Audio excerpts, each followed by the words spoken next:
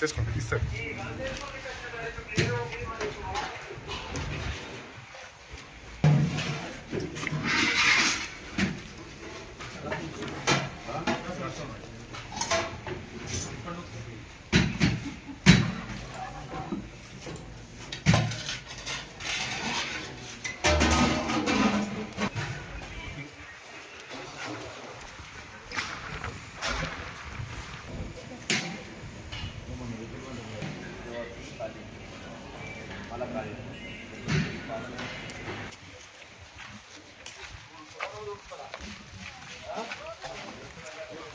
జరగండి.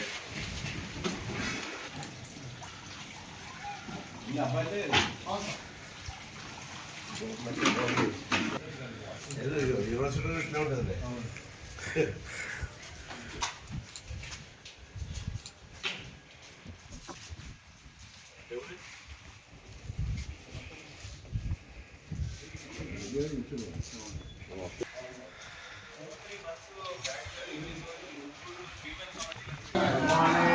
Morning, sir. How are you, sir? Fine. How are you? Yeah, fine, sir.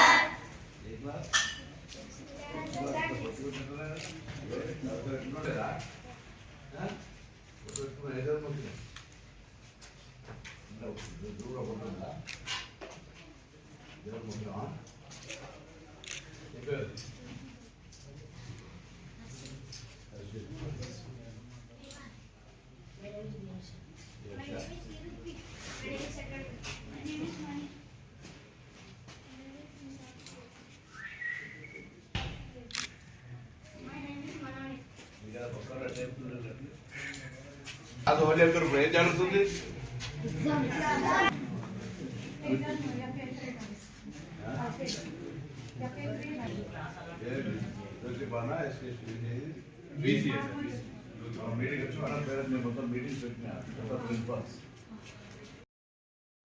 But supervising అంటారు collector only.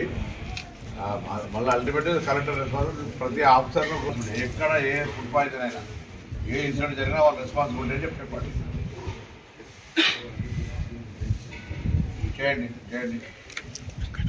Review చేయండి. ఎక్కడ ఏం జరిగినా కౌన్సిలింగ్ అవసరం అనుకుంటే హ్యూమన్ ఆఫీసర్స్ పిలిపించి వాళ్ళకు కౌన్సిలింగ్ చెప్పాలి. కొంత మనకు సంఘటన జరిగింది సైకాలజికల్గా వాళ్ళతో కౌన్సిలింగ్ చేసి రిక్వెస్ట్ లెటర్ పంపించండి డిపార్ట్మెంట్ తరఫున అందరూ ఏ సైకాలజిస్టులకు ఇన్ని నడుస్తున్నాయి కొంత విజిట్ చేసి వాళ్ళకి మొరాల్ సపోర్ట్ చేయమని రేపు వస్తాను. ఇది ఒకటి నేను నోట్ పంపుతాను. దాన్ని ఇంటర్లింక్ చేసే ఇన్స్ట్రక్షన్ ఇచ్చేయండి. మనం అప్డేట్ చేయలేము కానీ గవర్నమెంట్ వచ్చినాక మంచి జరిగిందా చెడు జరిగిందా? మీరు బెంచ్ ఛార్జ్ ఇచ్చినాం, అన్ని రకాల సమస్యలు రిక్రూట్మెంట్ స్టాఫ్ ప్యాటర్న్ అన్ని ఇచ్చినాం కదా. మళ్ళీ కలెక్టర్ కూడా మనం కలెక్టర్ స్టాఫ్ నేగా చెప్పి కట్టి చెప్పినారు. అన్నీ జరుగుతుండగా పొద్దున ఏదో ఎవడో ఒక్కటి ఫుడ్ పాయిజన్ వంట చేయకపోతే మొత్తం గవర్నమెంట్ అంతా బ్లడ్ చేసి ఏకపారిస్తారు. మేము తప్పు చెప్తున్నాం, ఒకటి పట్టించుకుంటూ లేవని జరుగుతుంది. నిజంగా అట్లా జరుగుతుందని చెప్పి అంటే ఉంటే మెహర్బానీ అవసరంలే. గవర్నమెంట్లో మేము శ్రద్ధ పెడతలేమా? నిజంగా మంత్రి వచ్చాడు వాడు కలెక్టర్ గారు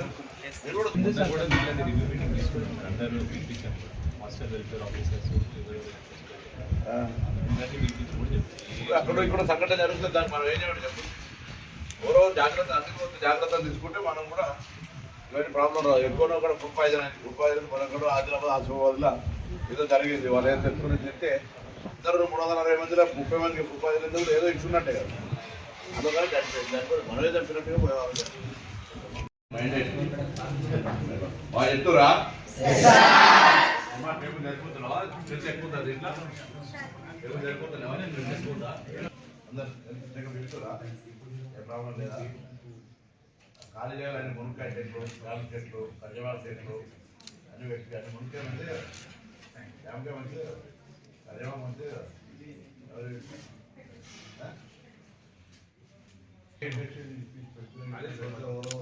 మన శ్రీనివాస్ ఇంటర్వ్యూ డిఎఫ్ఓ ఉన్నాయని ఇప్పుడు అక్కడ ప్రాజెక్ట్ డైరెక్టర్ ఆయన చెప్తే ఆయన పంపిస్తానని కూడా అన్నాడు. ఏ బాగా చదువుకోరు చదువుతారు అందరూ problem food okay madam improve అయిందా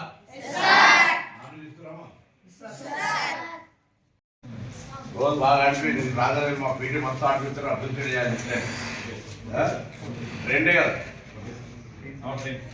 ఎక్కడ ట్రైన్ ప్రైవేట్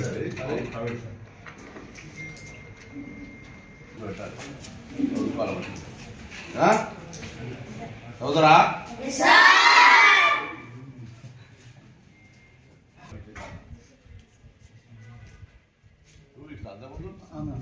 వేరే ఇన్ఛార్జ్ ఉంది సార్.